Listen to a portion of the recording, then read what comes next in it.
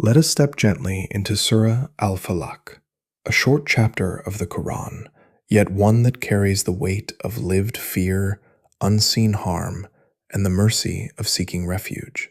This surah was revealed as part of the Mu'awwidhatayn, the two chapters taught by the Prophet, peace be upon him, as daily protection, recited not only in prayer, but in moments of vulnerability, illness, anxiety, and nightfall.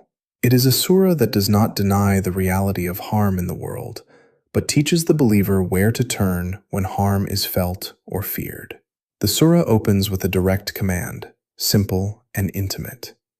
Qul a'udhu bi rabbil falaq. Say, I seek refuge in the Lord of daybreak. The tone is personal. Say, not announce, not debate, but confess your need. Al-Falaq refers to the splitting of darkness by dawn, the tearing open of the night by light. Ibn Kathir explains that Allah is described here as the Lord of emergence, the one who brings relief after constriction, clarity after fear.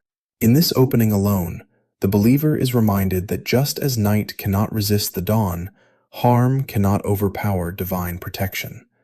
To seek refuge is not weakness. It is alignment with the source of light itself. The next verse widens the scope. Min sharri ma khalaq, from the evil of what he has created.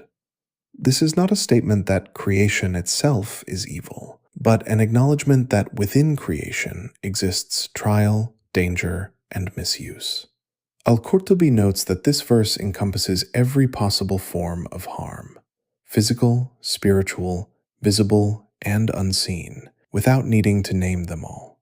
It teaches humility. We do not always know where harm will come from, but we know who has power over all of it. The believer is not paranoid, but aware, not fearful, but anchored. Then the surah becomes more specific, descending from the general to the experiential. وَمِن شَرِّ غَاسِقٍ إِذَا وَقَبَ, and from the evil of darkness when it settles. Night has always carried symbolism, fear, isolation, whispers of the unseen. Ibn Kathir relates this verse to the dangers that emerge under the cover of darkness, when harmful creatures move, when anxieties intensify, and when the heart is most vulnerable. The Prophet, peace be upon him, himself would recite this surah at night, teaching us that faith does not deny fear. It places fear in its proper scale.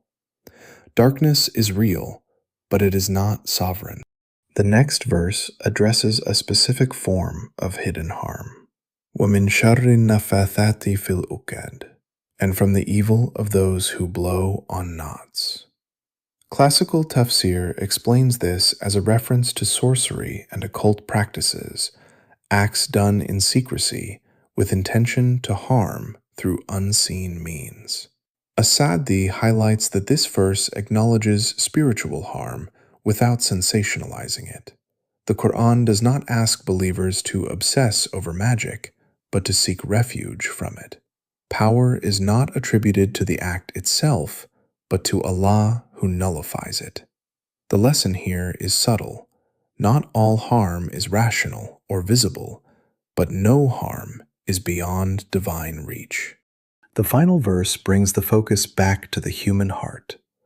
وَمِن شَرِّ حَاسِدٍ إِذَا حَسَدَ, and from the evil of an envier when he envies. Envy is singled out because it is both common and corrosive. Al-Qurtubi notes that envy becomes harmful not merely as a feeling, but when it turns into intention, action, or silent resentment that seeks the removal of blessing. This verse reminds the listener that not all danger comes from enemies. Sometimes it comes from admiration twisted by resentment. And yet, even here, the response is not confrontation, but refuge. The Prophet, peace be upon him, reinforced the place of this surah in daily life. In authentic hadith, he would recite Al-Falaq and An-Nas every morning and evening, and before sleeping, blowing lightly into his hands and wiping over his body. This was not ritual for the sake of ritual, but embodied trust, teaching the Ummah that protection begins with remembrance. As the surah closes, it leaves us with a profound lesson. Faith does not promise a world without harm, but it promises a refuge that is always accessible. Surah Al-Falaq trains the heart to turn instinctively toward Allah, not only when danger strikes, but before it settles, before it knots itself into our nights and thoughts. In 5 short verses, we are taught how to stand in a fragile world with spiritual composure, aware of darkness, honest about fear, yet deeply rooted in the Lord of the Dawn, the one who splits open every night and every worry with light.